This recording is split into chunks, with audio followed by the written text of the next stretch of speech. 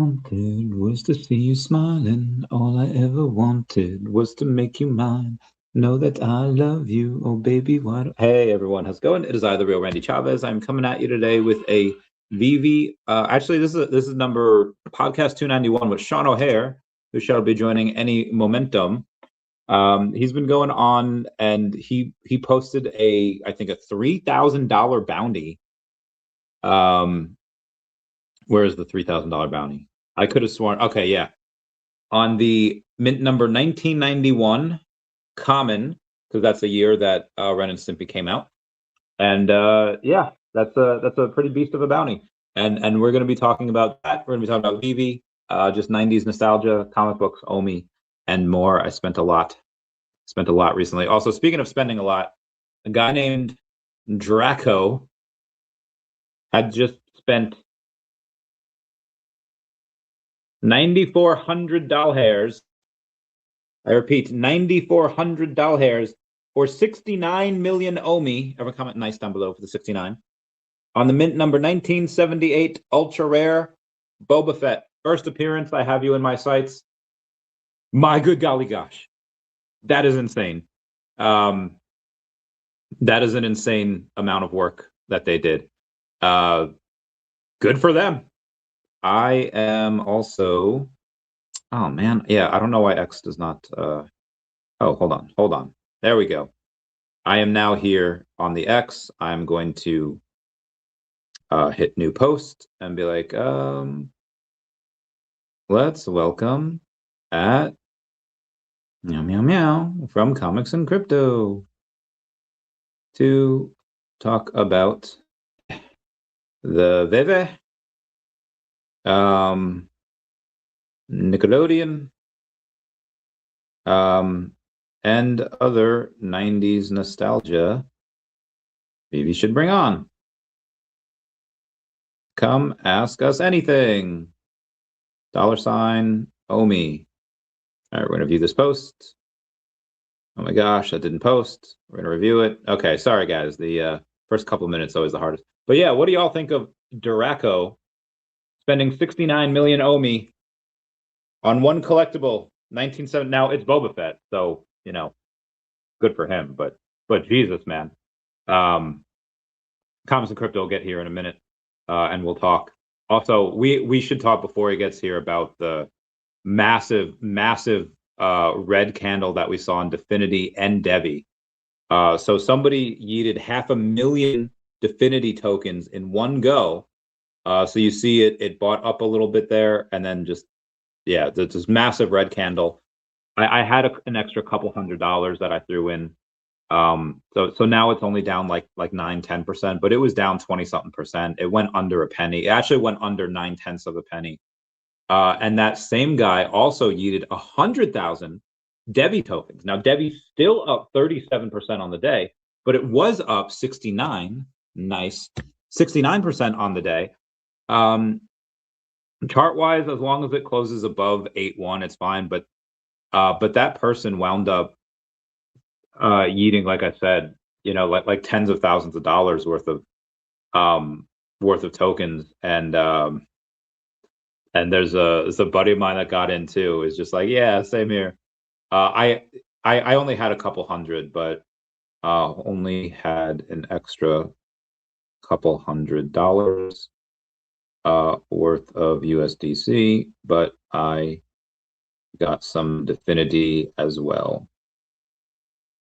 So obviously, even it was much easier for me to buy Definity than it was to buy DEVVE, because DEVVE, even after the guy yeeted 100,000 tokens, you know, he still, you know, it was still up 37% on the day. But for Definity, you know, there wasn't really much going on for it today, at least as far as the tokens concerned. Fuck. Sorry. On live. Can I call you later? This has been a very busy day. This has been, honestly, this has been the busiest year that I've had ever. I guess we'll have an update on daCat. I had I think I told you guys 2 weeks ago, I had 2 publishers called that asked about the publishing rights for daCat. One was just like a cold call. The other was a one was a cold call. The other was a guy that just like, hey, listen, we saw your X account, we saw your YouTube account, and we want to go in and buy the publishing rights for daCat in America. And I was like, okay, that's interesting. Can I get back to you? They're like, yeah, sure. And then I talked to a guy that actually does have a publishing business, and he's like, yeah, we do this stuff all the time. He said, typically, like if you're like a nobody, you know, which most people are, most people that try to publish books, they get people to publish it, and they sell like 4 books, right? And I was like, really? I'm like, yeah, they buy a copy, their mom buys a copy, maybe like their brother or like, you know, like a family friend, and like that's it. I was like, oh, okay, that's really dope. And let us welcome Sean from Commerce and Crypto. How's it going, meow? Hey, buddy, doing good. Thanks for having me. Of course. It is always a good time. Your face, man. I miss you, dude. I miss you too. Also, my internet's been a little not great, so apologies if this doesn't go 100% smooth here. Yeah, no worries. Anyway, I was talking to the audience here about a little bit about you, just of your bounty that you had, and then on Stacker, I purchased a couple hundred comics over the last like 18 hours, and I've been on Stacker a lot and saw Draco's 69 million OMI purchase for the 1978 Boba Fett. That was insane. Do you know? Obviously, it happened, but do you know the details on that and like how it was negotiated and stuff, or is it just you saw that as well? Yeah, I have no idea.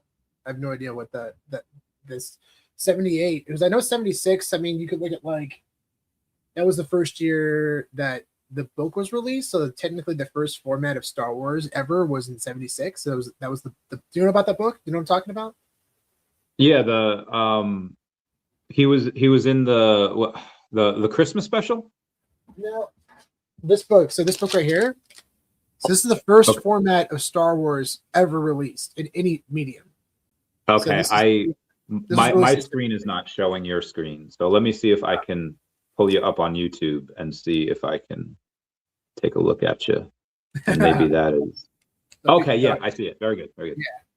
Yeah. So this is the first time we ever see Star Wars released in any medium ever. It was in 1976. So that's pretty significant, I think.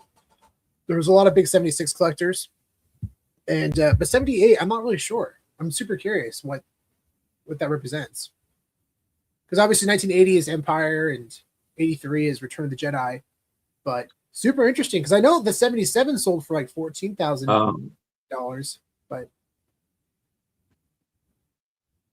I guess it's because he did come out in 78 when the character marched in the San Anselmo County Fair Parade in California. I don't know why that matters. But yes, he was in the Star Wars Holiday Special in November of 78. So that's his live action debut. Okay. All right. So that's probably why. I mean, dang, dude, that really amplifies a lot of the value of collectibles around the market, right? Because if you like the 70s, it was paid 78, right? Well, what with the 77 seems like it's pretty undervalued at $1,500. That was purchased recently. So interesting. Yes, I thought that was quite interesting as well. Yeah, we're super excited about the bounty for Ren and Stimpy, man.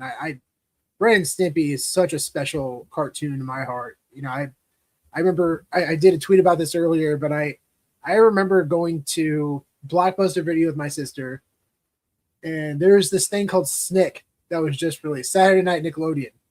You remember Snick? Hell yeah. Yeah, all right, hell yeah. I posted a video about it too for reference. So if you're curious about Snick and what it is visually, go to Comics and Crypto Twitter account and you can see the post that we did recently today. But yeah, man, it was Roundhouse. Clarissa explains it all. Are You Afraid of the Dark, which was terrifying at the time, does not hold up. I've seen a couple episodes since then. But did we freeze Randy? Uh-oh. Did I freeze up?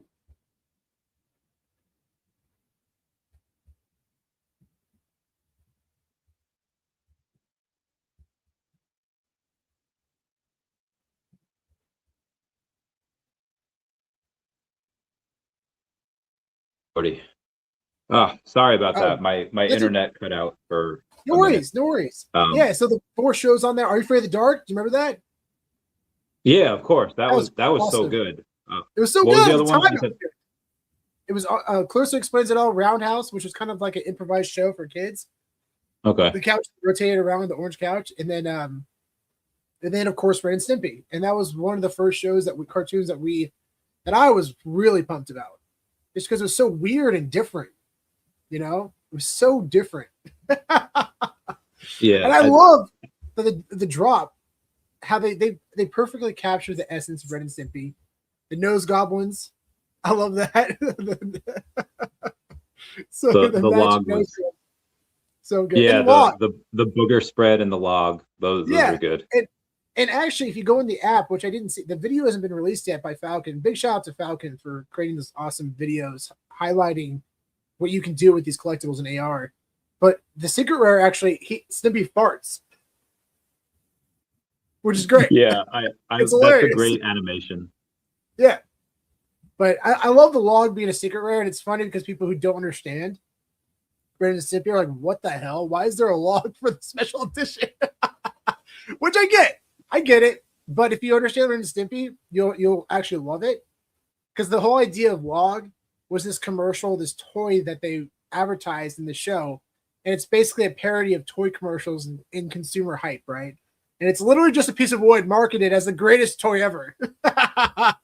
And they have a song about it too, which is hilarious. Oh, it's so good. So good. Yeah, that was a really big I had a buddy of mine I was texting yesterday. I was like, I know nobody's gonna get the log.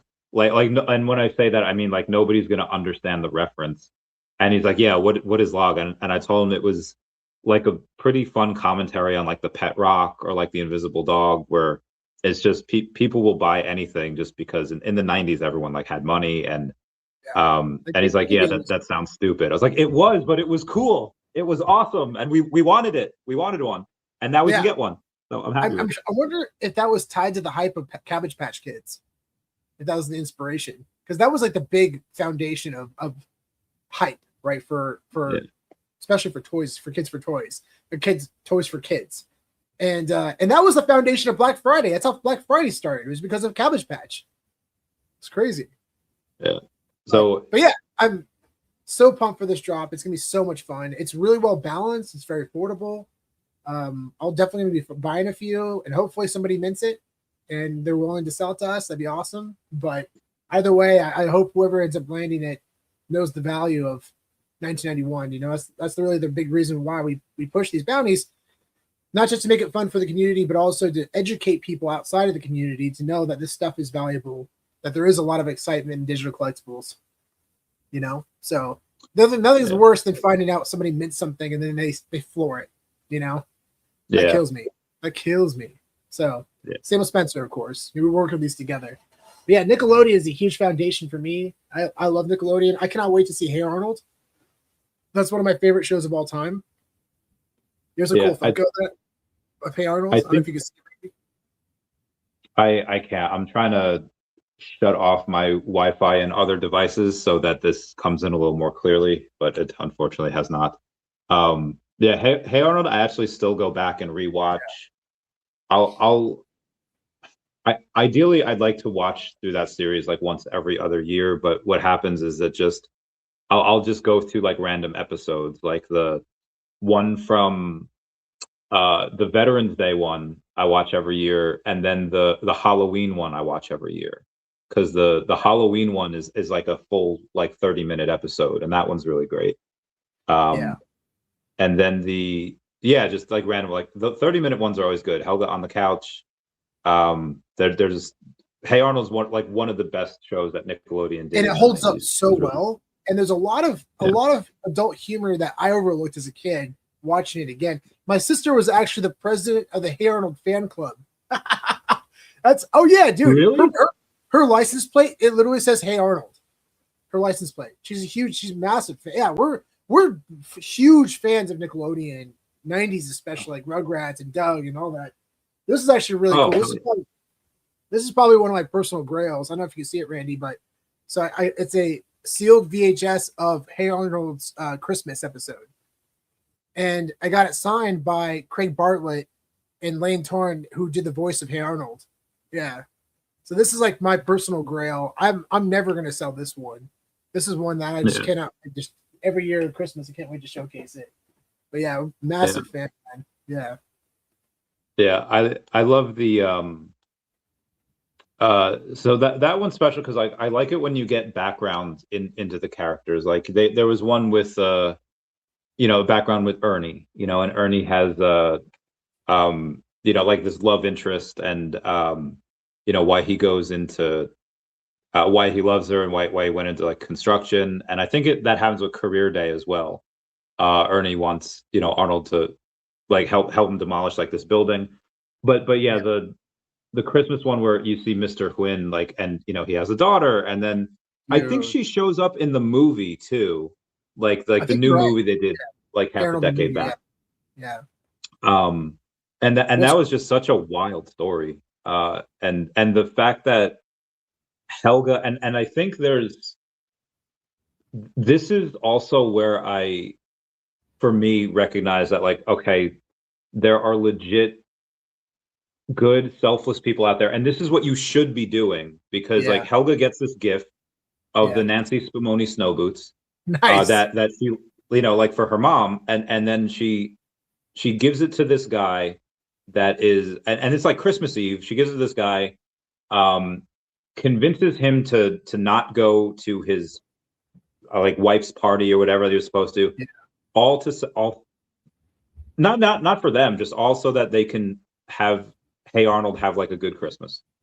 And yeah, like I feel like some people would feel a certain type of way, like, hey, your mom got this for you, she waited in line for like 16 hours and you just gave it away. It's like, yes, but I gave it away for a specific reason, so that a son and or like a father and daughter can get like reunited after like 20 years.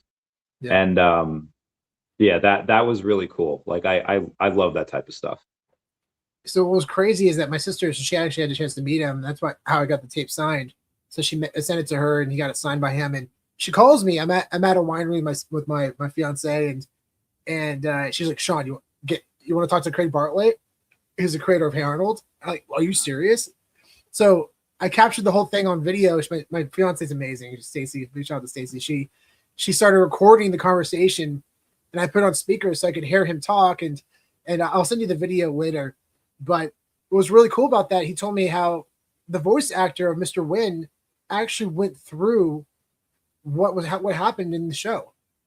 He actually was on there, dude. He was on top, in South Vietnam, or in Vietnam. He was on top of the tower or top of the building with the embassy flying off, and he was there when it happened. So it was a very personal story for him, and they're very sensitive to that. And in the very end, when they had the conversation with the daughter, they improvised it. They said, you two just have a conversation, a wholesome like reunion conversation. And it was just so cool to hear that story coming from him. And he's awesome. He's such a cool guy. I really hope we get to meet him one day. I didn't have a chance to meet him yet, but yeah, he's great. Very, very encouraging. Oh my God, that's insane. I remember using Hey Arnold because I love this IP so much also. At the end of one of my videos where somebody had asked, hey, what do you think of Recur? Are they any, competition to VeVe? And when they had given out, I think like 10 NFTs, like here's the pictures of what they were supposed to be. And it was, I think, 4 or 5 Hey Arnold NFTs and 4 or 5 Rugrats NFTs. Right. And they messed them all up. Like, so instead of Phoebe Heyerdahl, they had her list as like Phoebe Heyerda. Like they completely misspelt her last name. I was like, what the heck is that?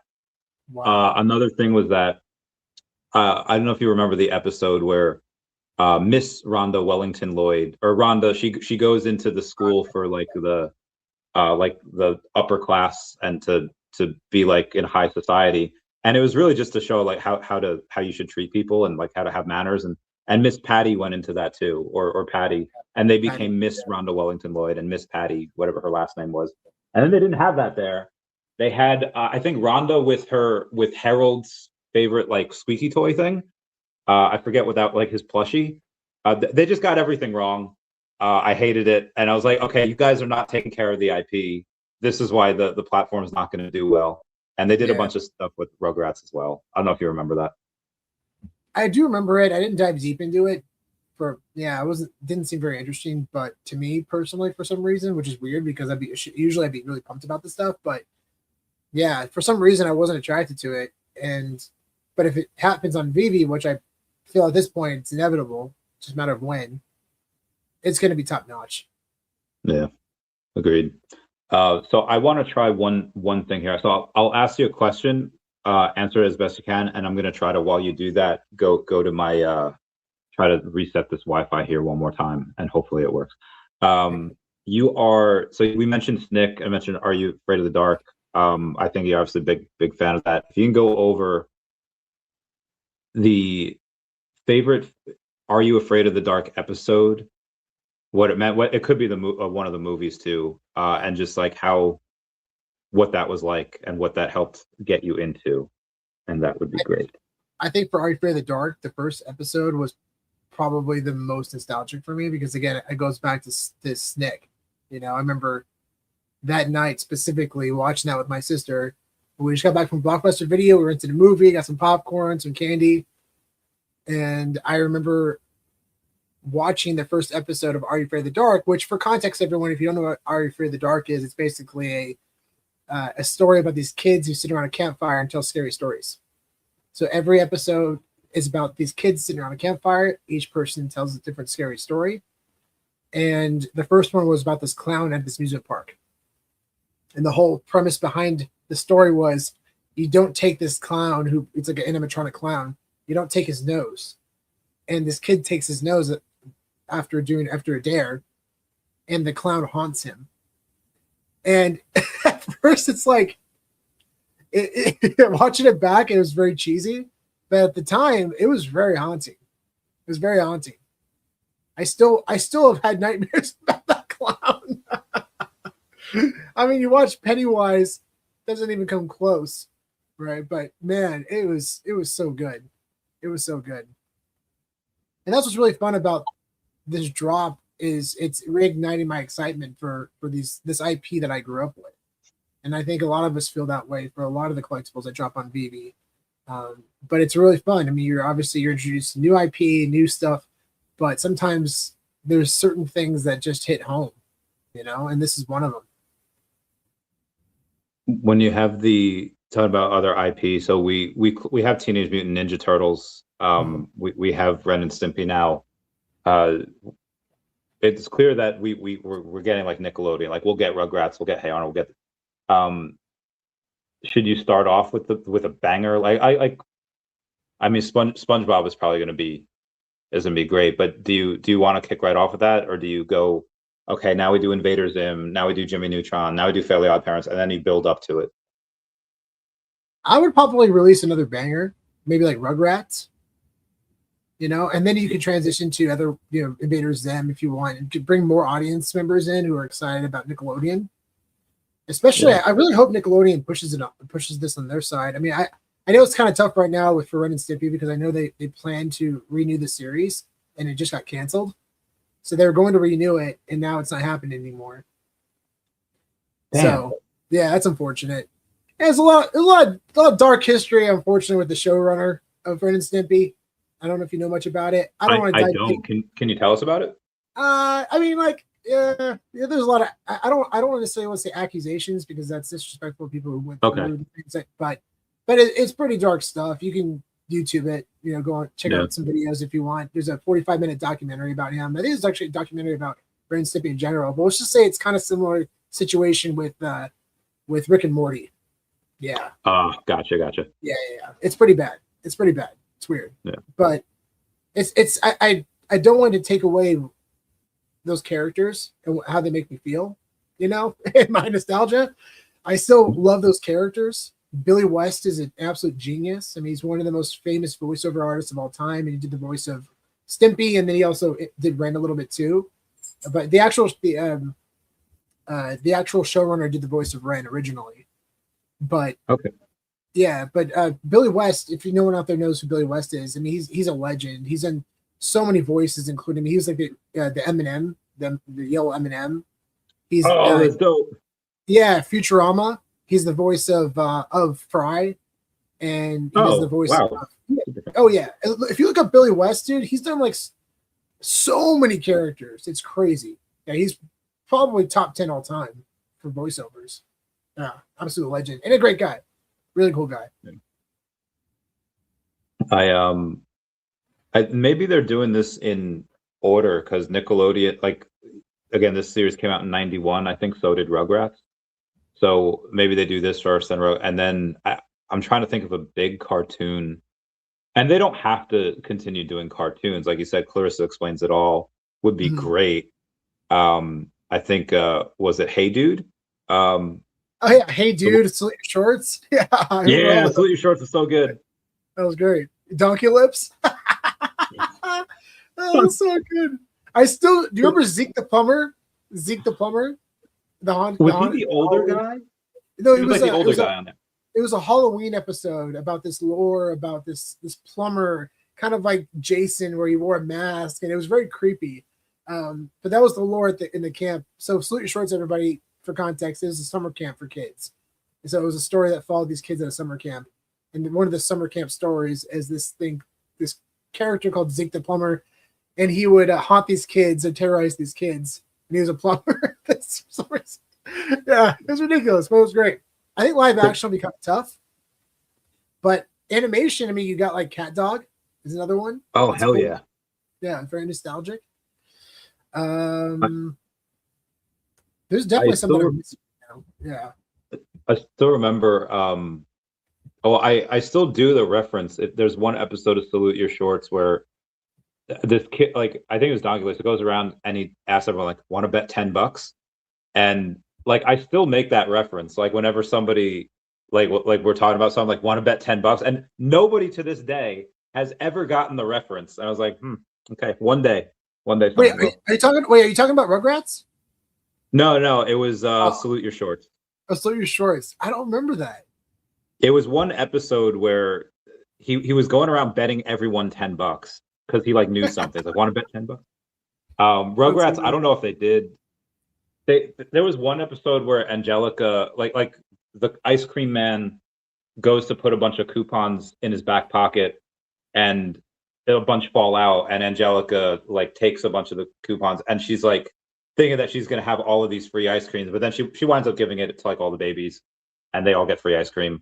But that's the only time I think really they mention money, unless you talk about the movie where Stu is like, it's so adult, where Stu's brother Drew is just like, you know, you have no job, you have no insurance, and you have another kid on the way. And it's like, oh God, that's so real, you know? Dude, I'm so glad you brought that up, because I was just thinking, when you brought up the $10 bet thing, I was thinking the same thing about an episode. You remember Ice Cream Mountain, when they did the miniature golf course for Rugrats? Yes, I love that episode. Great episode, right? So the two dads, at one point, they're like, you want to bet $10 a hole? And then the brother looks at him and says, Stu, betting is bad, very, very bad. Let's make it 20.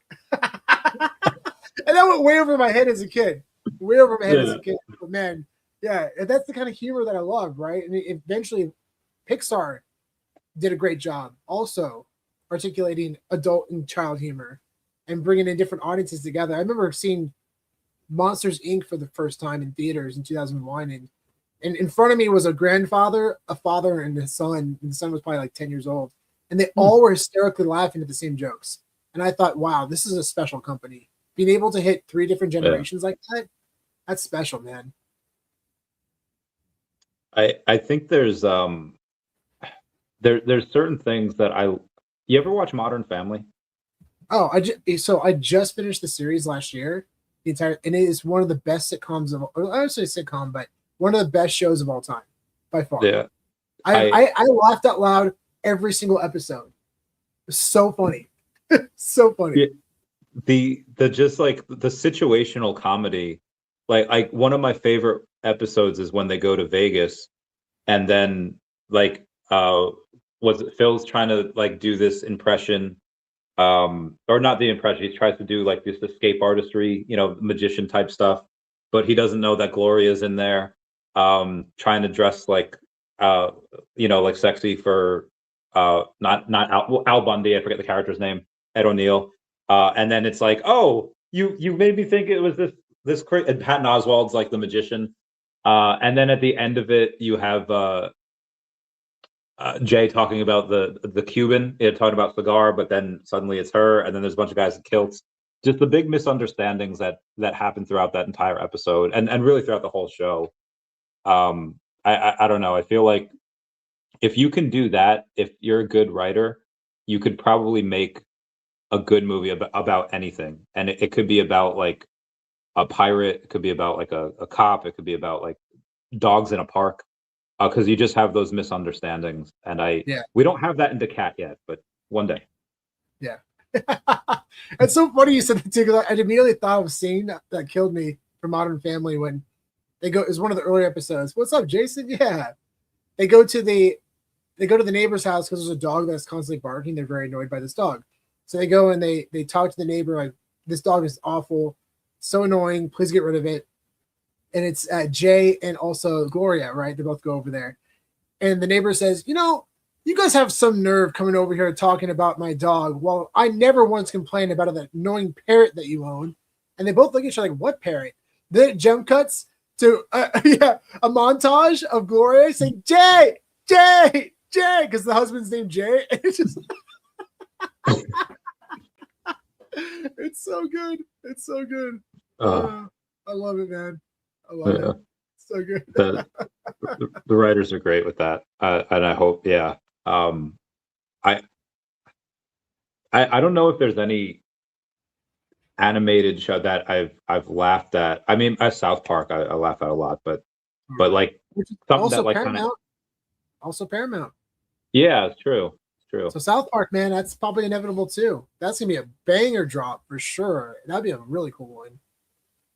I mean, we kind of have them with Agoro, so I think that was our first little taste of it, and then we should get South Park at some point. Did you get any of the Agoro coins? No, I did not. I was tempted, but no, I didn't buy any. I got these. So I have a bunch of these. This one is, I think this is my best one. This is the 1 of 500 Darth Vader. That's so sick. Yeah. That's so, wow. Yeah. Awesome. So I wound up buying a bunch of them. And I think this one might go for like retail, maybe even like slightly more, but really that chase goes for a lot because it's like 1 of 50. Do you know how much it's sold for? Has anybody sold yet? I'm sure. It's over 1,000. But it's like 1 of 50. Like you're not paying for the metal that's in it. You're paying because like the collectability of it. But I think with the metal that's in it, it's actually worth a decent amount, because of the fact that like silver just went crazy. I think same thing with our gold logo coins. I don't have one down here, but yeah, I think I have one over here somewhere. Yeah, those are really cool. Speaking of the company, we have Michael Guzelian says, "Hey, Sean, hey. What is your take on the OMI as a OMI's futures token built on a collectibles company? Do you believe in its utility and its purpose?" Question mark. Yeah, I mean, OMI itself is the foundation of VeVe, right? So I think ultimately, do you believe in the company? Do you believe in the collector chain? Which I am so pumped about. I mean, it answers all the problems that we've been having with collectibles and NFTs, right? I mean, the biggest problem is not insuring royalties. That's been a really huge issue, and this solves that. Yeah. And it also at the same time ensures or allows self-custody, which is something that a lot of people have been very pessimistic about with VeVe. I mean, personally, for me, I love that you can have the option too. That's what's the best part about it. You can self-custody, or you can just keep it on the platform. I personally like to keep it on the platform. I don't worry about people swiping into my wallet and taking stuff, but it's all personal preference. And the fact that you have that option is fantastic. I think Collect Chain is going to be a foundation, not just for VeVe, but for a lot of companies. I think we're going to see more than just VeVe on the Collect Chain. But they're going to have to prove that it works, right? That's the most important thing. So after the summer, we're going to potentially see if this works, which I presume it's going to. I'm very excited about it. But am I bullish on OMI still? Absolutely. I know it's tough right now. I know it's tough seeing OMI down as much as it is, but yeah, I mean, I still have a very strong stack and I'm still buying. So yeah, definitely. I stand by that for sure. I also believe that what's going to happen is as other assets get on the Collect Chain, they have like it burns OMI every time they do a transaction. It's not going to be a ton of OMI; it'll be a super small part. But yeah, when you have other assets all trading and that burns OMI, I think that's really good. So there's the good part. Well, it's wholly good. I don't even want to say chaotic good, but just genuinely having other good quality people that have these that have minted out these great questions. I think like Spencer from Moonbirds, that they're doing great things with that, but they don't have any of the secondary market sales because like OpenSea or whatever can't enforce those contracts. On Collect they will, like, hey, that's great for them. But I think there's and we can get that for anyone that's going to want to come on, and that'll be awesome. But I think there's a secondary thing that no one's talked about yet. I brought this up with a buddy of mine before, is that if for some reason that there's a VeVe has like a legit competitor, and maybe they're not I think Cryptoys is cool. I think Almonx is cool. I think there's even other failed ones out there that were like that were cool, and the owners were cool, but they just happened to fail.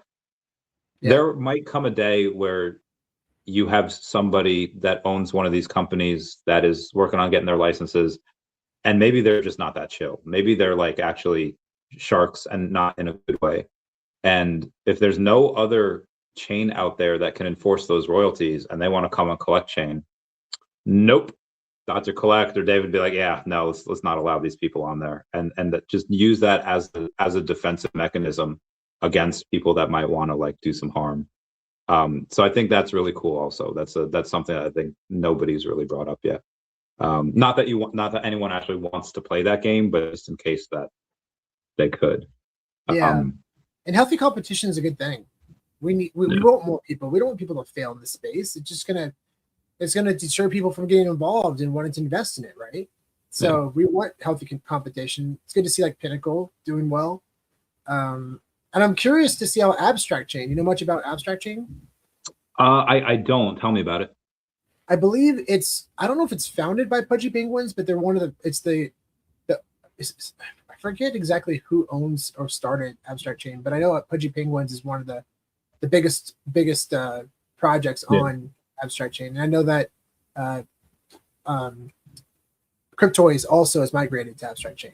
Yeah, so well, I don't know. Pudgy Penguins like bought Cryptoys, right? Oh, I don't know. Did they? I didn't. I think they did, because Cryptoys had like nothing. Yeah, I'm pretty sure. Dude, that's massive. I mean, I know that they've talked, and I know that they've done interviews together. I believe I remember seeing some interviews or clips with them talking. But I didn't realize that that's the case. If that's the case, that's awesome. I mean, they're one of the few NFT projects that I'm insanely bullish on. They're doing incredible, man. I'm so impressed with Pudgy. Yeah, same. I mean, partnering with a football team, you know, that's one of the biggest things you could do. That's like one of the most popular sports like in the world. It was Manchester City, right? Yeah. Huge. So yeah, that's insane. Maybe I don't know. I feel like with this reverse merger that's going on, and it's not 100% that it's going to happen. They just signed a letter of intent. But you have a publicly listed VeVe could be a publicly listed company in the next month. And if you get that, then suddenly, okay, well, what's on their balance sheet? Suddenly you might have them having like an OMI reserve or an OMI treasury. I don't know if they'll call it that, but I've been racking my brain trying to figure out like a valuation for them.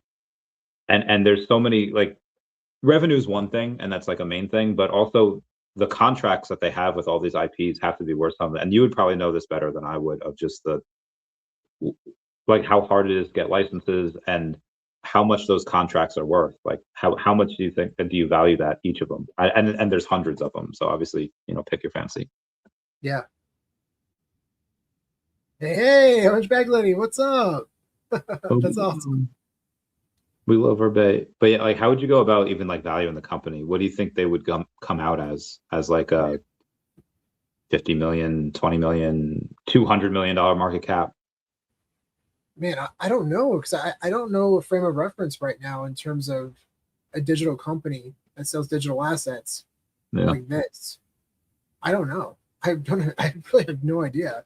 I'm excited to see. Yeah, I'm excited to see what it would be, though. I mean, I mean, if we want to look at any comparisons, I don't have anything to reference right now off the top of my head, but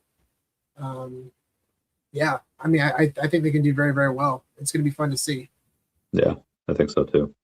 So speaking of VeVe and all that, so they have their, like, on their balance sheet, they have all of like the sub 40 partner statues, sub 14, you know, all the Batman, and they have so much inventory.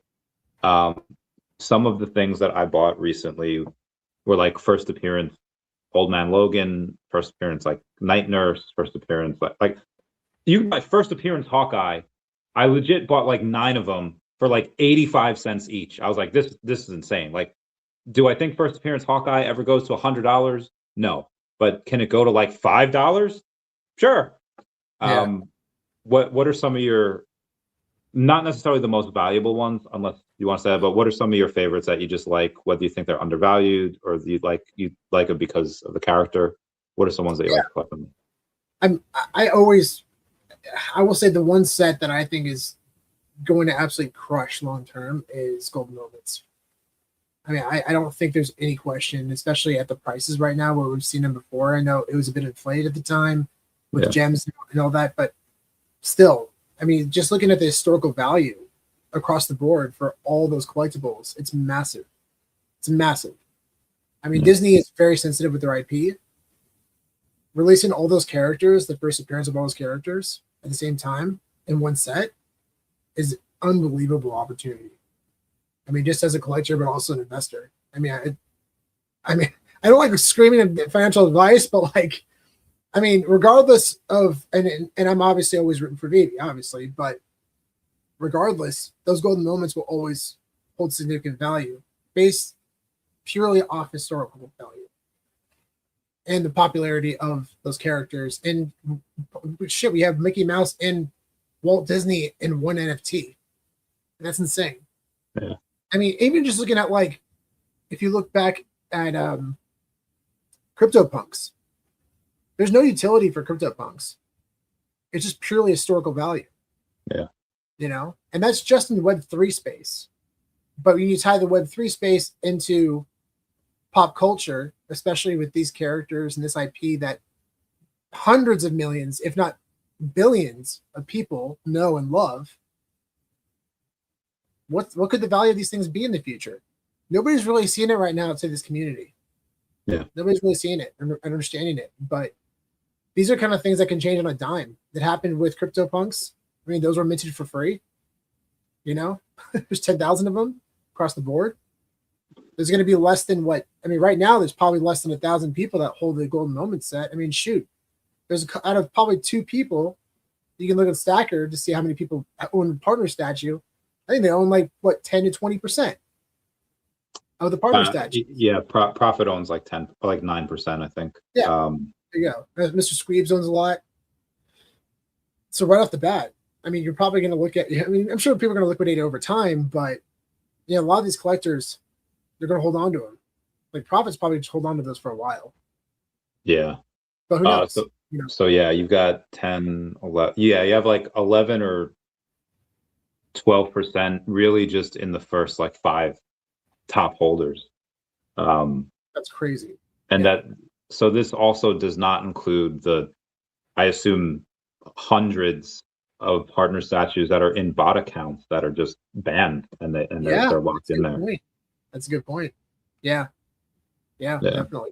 Yeah, and there's a lot of sets that I'm really excited about that I really love. I mean, even the recent ones like the Teenage Mutant Ninja Turtles is really cool. Love those. Those drops have been amazing. But man, I can't wrap my head around the golden moments. I can't get out of that, you know. It just makes so much sense. And sometimes you're just like, does it really make too much sense? Is it right in front of your face? And yeah, I mean, in this situation, I think it is. I mean, a lot of the stuff on VeVe is a bit more speculative, purely based on, you know, popularity. Yeah. But Disney's around, you know. Mickey Mouse isn't going to screw it up for anybody. You know, he's not going to get a DUI tomorrow. I've been talking to this guy that is, he seems like he's got a good head on his shoulders. D1 college football player. I don't want to say too much about it, but pretty awesome dude. And just I'm hoping like, okay, you got the world by the cojones. Don't be stupid. Don't beat your girlfriend. Don't do anything. And hope. And again, he seems like a chill guy, so it's all good. But yeah, that's why I never really got into a lot of the sports cards, and why I really more went into Pokemon. One, because I love Pokemon more than anything. Yeah, totally. But also just because, like Pokemon's not going to take steroids. They're not going to join a cult. You know, they're good. Exactly. Same with these characters. And speaking of which, by the way, an investment that I am really excited about. So in 2023, Topps released the first Disney Chrome set. Okay. And at first I was like, okay, cool. That's cool they did that. And the one-of-one Mickey Mouse sold for $500,000. And I'm thinking to myself, dang, like why would somebody spend that much on a artificially made card for Disney? They're going to make a lot more down the road. Well, they've released multiple sets every year since then. They did 2024 release, 2025 release. And they've done really cool, innovative things with those sets. Like originally in the first set, there were like facsimile signatures with Mickey Mouse and Minnie Mouse, 1-of-1s, 1-of-10s, 1-of-5s, all that. And it was they're selling for high premiums, but now they're doing things like having original signatures from voiceover actors like Tom Hanks and Billy Crystal, and even Keira Knightley, like live action actors too, which is really awesome, really, really awesome. But you always revert back to the first set, right? So 2023, also the set also endorses the 100th year anniversary of Walt Disney Animation Studios. Ooh. I think that is going to be a very, very high valued set over time. Big time. Yeah. I mean, there's a 1-of-1 Judy Hopps right now on Golden. There's like, I think 5 days left and it's at $40,000. God damn. Yeah. When did the first Zootopia come out? 2017, 18, maybe 16, around there. Okay. 17, I think it was 17. Which, by the way, I can't wait to see that on VeVe. Dude, that's going to be sick. The second movie was amazing. That is a franchise. It's so good. They gave they have like the Judy Hopps like Zootopia comic book on there, but they're not NFTs. They're only the digital read only. I was like, I want the NFTs. But it's like, man, I don't want to. Like, I'll read it if I can buy an NFT. I don't want to spend like $3 though just to read it. Like, that's it. Can't sell. I want to see what I get. I want to collect. You know? Yeah. That's gonna be a really fun drop when that happens. I think it's inevitable. Yeah, I'll get a. Oh God, excuse me. Yeah, and that's going for $40-something thousand, $50,000, and and the IP is not even 10 years old. That's really good. I mean, there's going to be so much more money is created nowadays. Also, that you have. I mean, trillion-dollar companies pop up every year, spending billions of dollars. So I think a bunch of these. We saw it with Pokemon the other day with Logan Paul. You posted a bunch about that. You know, $14.5 million. So cool. Yeah, absolutely. What a sale! And it was cool to see the buyer be there in person and receive the item in person. and we found the history. Obviously, found the history about him and who he is. But and he started. He's actually starting a company himself. It's basically a website that helps connect people to really rare items, which I love because that's a problem that we've faced as physical collectors. You try to find something, and sometimes it's impossible to find.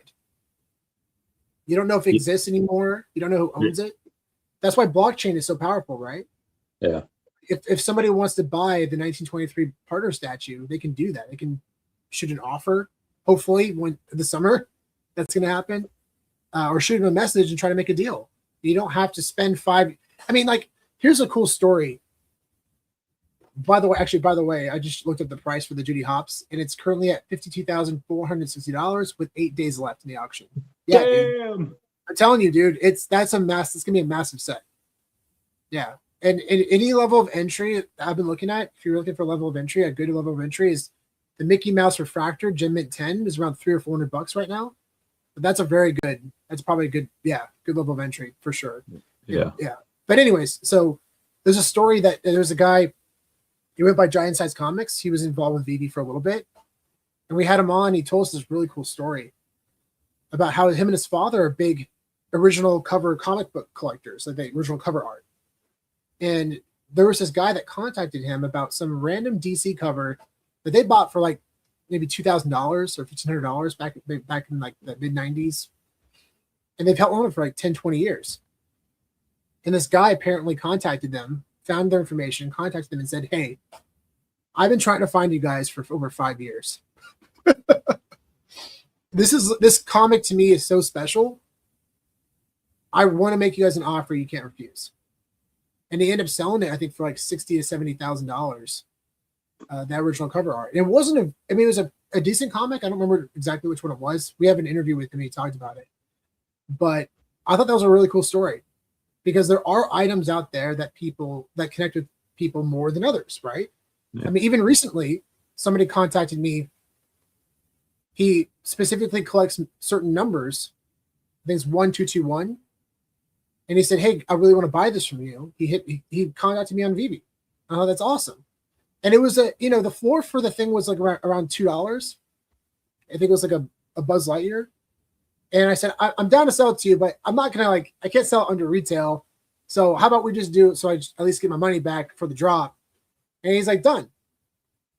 So that was basically 10x the floor because there was a number that connected with him. So it's not always just about certain items or IP. It's also about numbers, mint numbers. There are a lot of different collectors out there that collect different things. So I'm really excited for making offers on the app, man.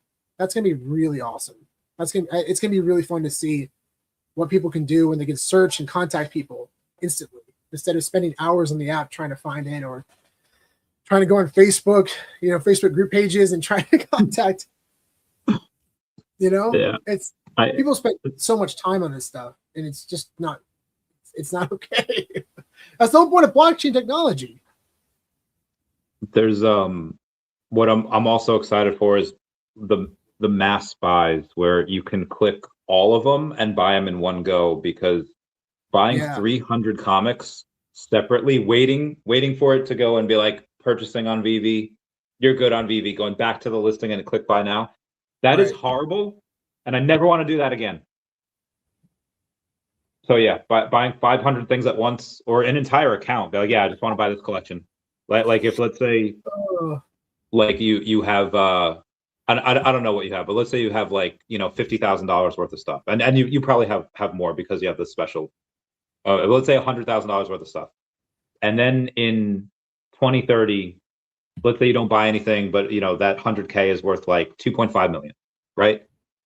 And you're just like, you know what? I've held on to these forever.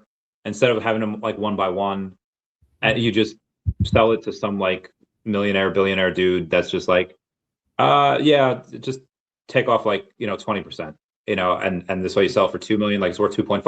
I'll give it to you for 2, something like that. Because some people's, like if you have like I have like 2,000 items, like I don't have a ton, right? But there's some people that have like 8,000 things. Totally. You get listed there one by one. Being able to sell an entire account to like a major collector, or we've seen this in Pokemon before. Like their stores will come in and be like, okay, your collection's worth 10K, I'll give you 5K for it. And they just roll over. Like you just come in and you just buy people's collections out, and then you take the time and do whatever. I can't wait for that to happen. And I can't wait to see the consolidation of what these collections and who they go to. Because some will be collectors, but some will just be big, like auction houses or card houses, and that's what they'll do. And it's gonna be great. Totally. Yeah. And it potentially even seeing these collectibles on certain auctions websites. I mean, like even Golden. I mean, I know that you probably talked about it. Ken responded, whether it was Ken or Ken's assistant, I have no idea, but they responded to it, which is rad. I mean, I remember Ken would respond to some of our tweets early in the day, back in the day. He knows about VeVe. He's familiar with it. And the thing is too with him, he's always trying to stay ahead of the game. Like he's definitely always trying to be. He's very competitive. So it's not something that he's ignoring. He's just probably finding an opportunity, the right time to get involved in it, and the right item. So, but yeah, I do think that there's going to be probably opportunities where you're going to see a lot of these companies come back and realize, oh, this stuff's massive. We should buy that back to have in our vault. Like the 1923 would be a perfect example of that. 1955 for when Disneyland was first created. I mean, they're selling anniversary packs right now for Disneyland, the 70th anniversary for 2025. So those numbers definitely hold value to these companies, and not just Disney. Other companies too. You will be able to. God, I don't know how long you want to hold on to it for. I mean, I imagine someone could offer you like a huge number right now. I'd be like, well, yeah, sure, why not? Because there's always other things to collect. But I guess last questions. I know you got to bounce. Your collecting approach. Do you plan to keep it for 5 years? Do you plan to keep this stuff for 20 years? Do you plan to say like, well, until someone gives me a good offer and they give me the right offer, yeah, I could sell right now. Like, what's your general approach? There's definitely some things that I plan to hold on to for the long game, but if the offer is enticing, the thing is too, a lot of the things that I own are actually owned between Spencer and myself. So those are things that we discuss together, but we usually are very much in sync in terms of how we approach our collection. But we've done, we've been able to, we're very blessed over the past year, been able to really find some really cool stuff. But yeah, like our lightsaber, like 1977 lightsaber, that's probably one of the ride or die items for sure. Yeah. We have a few 1977 in our collection at this point. Those are, like the Stormtrooper helmet, the one that opens up, we were able to get 1977 of that one as well, which I thought was a super cool item. Yeah, super cool, man. We got really lucky with that one. But yeah, I think it really just comes down to what's our belief in this item, because they all differ. Do we have a long-term goal for it, or is the offer exciting enough right now? But we're not necessarily very proactive about selling our grails. But we're open to it. Yeah, totally open to it. Good stuff. All right, I know you bounce. Let's end it here. We'll talk off camera for like 1 minute, and then we'll get that bread. John, I love you so much, man. Love you too, Randy. Thanks for having me, man. Of course.